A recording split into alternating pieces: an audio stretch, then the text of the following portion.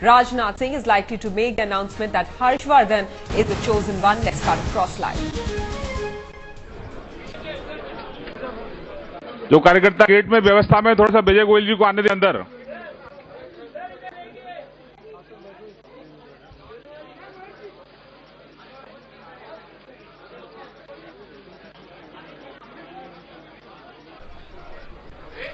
All right, just a short while back, the BJP Parliamentary Board meeting got over, and this meeting was important because they had to decide on the contentious issue of who's going to be the CM candidate for the party for Delhi. Remember, Vijay Goyal, who's been heading the state unit, had given an ultimatum that if he is not the chosen one, then he'll make life difficult for the BJP because he will not come out and support. However, you can clearly see that he has very little choice at this point in time coming into that press conference at the moment.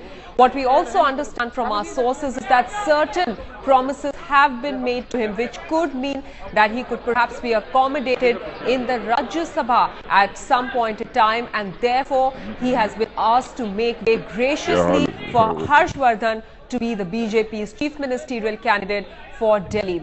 Harshvardhan there also can be seen along with V.K. Malhotra and Vijay Goyal over there. Anant Kumar is also there, as you can see, sitting on the podium. Apart from all the senior BJP leaders who are present at the moment at the stage, Arun Jaitley, Rajnath Singh, Sushma Swaraj, all present there to make the big announcement. But the focus clearly remains on the two important leaders that you can see at the moment on your television screens. Harshvardhan, a man with a supposedly clean image, something that the RSS has been asking for as far as its chief ministerial candidates are concerned. Let's listen in now to Rajnath Singh. He started speaking.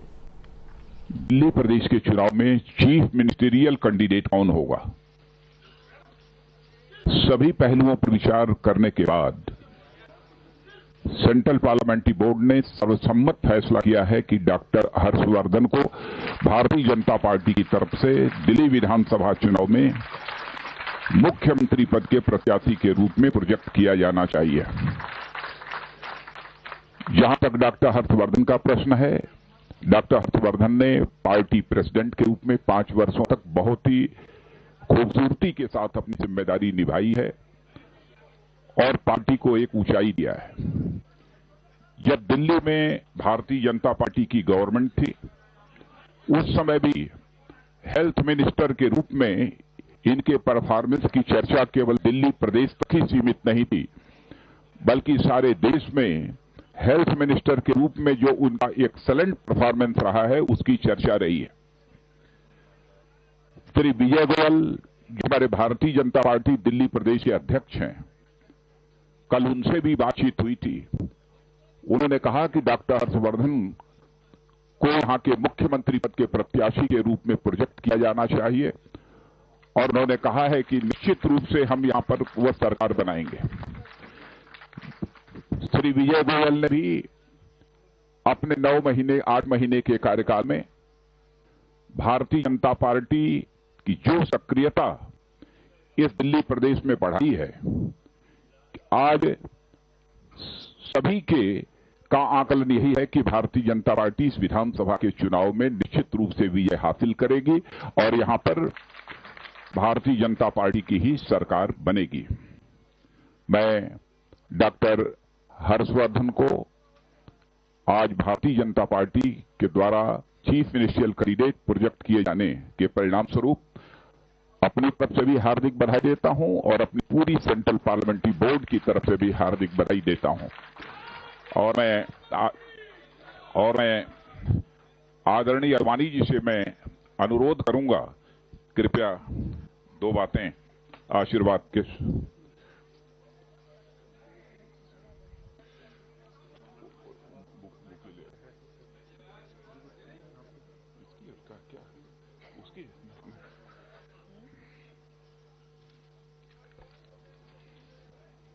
आज देश की राजनीति में Bharatiya Janata party ने जो एक अनन्य स्थान प्राप्त किया है, उसका किस प्रकार से विकास हुआ है, यह मैंने 1951 में जब भारतीय जनसंघ का जन्म हुआ तब से लेकर के लगातार देखा है। मैं उसमें इस बात पर बल देना चाहूंगा कि आज जो हमने स्थिति प्राप्त की है उसका महत्व पूरे देश भर के लिए है, लेकिन इसका आरंभ देश की राजधानी दिल्ली से हुआ, इस बात को मैं भूल नहीं सकता, क्योंकि 51 से लेकर के किस प्रकार से दिल्ली में हम आगे बढ़ते गए हैं एक एक क्षेत्र में, इसका मैं प्रत्यक्षदर्शी हूं। मुझे याद है कि उन्हीं दिनों में अखिल भारतीय विद्यार्थी परिषद बना था और उन्हीं दिनों में यूनिवर्सिटी के इलेक्शंस में, दिल्ली यूनिवर्सिटी के इलेक्शंस में पहली बार विद्यार्थियों के क्षेत्र में और एबीवीपी की विजय हुई थी। उसी प्रकार से लोकसभा में तो आज चल करके हम सरकार में भी आए और सरकार के अलावा आज भी विपक्षी दल प्रमुख है, लेकिन पहली लोकसभा की सीट अगर हमने कहीं जीती तो दिल्ली में नई दिल्ली की सीट जीती थी और उसके लिए कितना परिश्रम हुआ था ये मैंने प्रत्यक्ष देखा।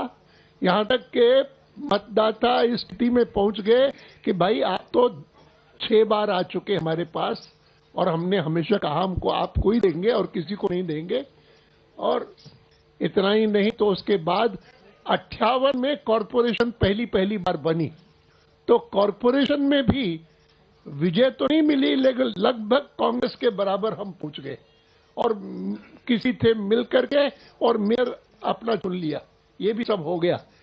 ये सारा का सारा आरंभ दिल्ली में हुआ। तो आज जो कुछ निर्णय पार्टी ने किया है और जो निर्णय सहर्ष रूप से दिल्ली प्रदेश के समय जो अध्यक्ष हैं हमारे विजय गोयल, उन्होंने सहर्ष स्वीकार किया है और मुझे लगता है कि इसके परिणाम स्वरूप जो स्थिति जनसंघ के आरंभ में मैंने राजधानी में देखी, आज राजधानी के परिणाम ही कुल मिलाकर के देश भर के परिणाम, और जो केवल इन 4 प्रदेशों तक सीमित नहीं है जहां पर आज हम चुनाव संघर्ष कर रहे हैं, लेकिन जिनका लोकसभा से भी संबंध है उनमें भी शानदार परिणाम आएंगे, इसमें कोई संदेह मुझे नहीं। और इसलिए मैं आज प्रमुख रूप से अध्यक्ष जी को, पार्लियामेंट्री बोर्ड को और विजय गोयल को, जो इस समय हमारे दिल्ली के अध्यक्ष हैं, और उनके साथ साथ डॉक्टर हर्षवर्धन, विजय कुमार मल्होत्रा और ये तीनों जो लोग हैं कि जिन्होंने दिल्ली में लगातार काम किया है और आज यहाँ पर ये स्थिति पहुंचाई है और सहमति से पहुंचाई है, सब लोग एकमत होकर के पहुंचाई है, वो चाहे पार्लियामेंट्री बोर्ड हो या चाहे दिल्ली के हमारे सब साथी हो। मुझे लगता है कि बहुत खुशी की बात है, बहुत आनंद की बात है और जिसका परिणाम निश्चित रूप से मई से पहले हमारे पास आ जाएगा। मैं केवल इन 4 प्रदेशों की बात नहीं कर रहा हूं, मैं लोकसभा की भी ध्यान में रख करके कर रहा हूं। उसके लिए भी जो कुछ भी हो रहा है बहुत ही कल्याणकारी होगा, केवल हमारी पार्टी के लिए नहीं लेकिन भारतवर्ष के लिए, देश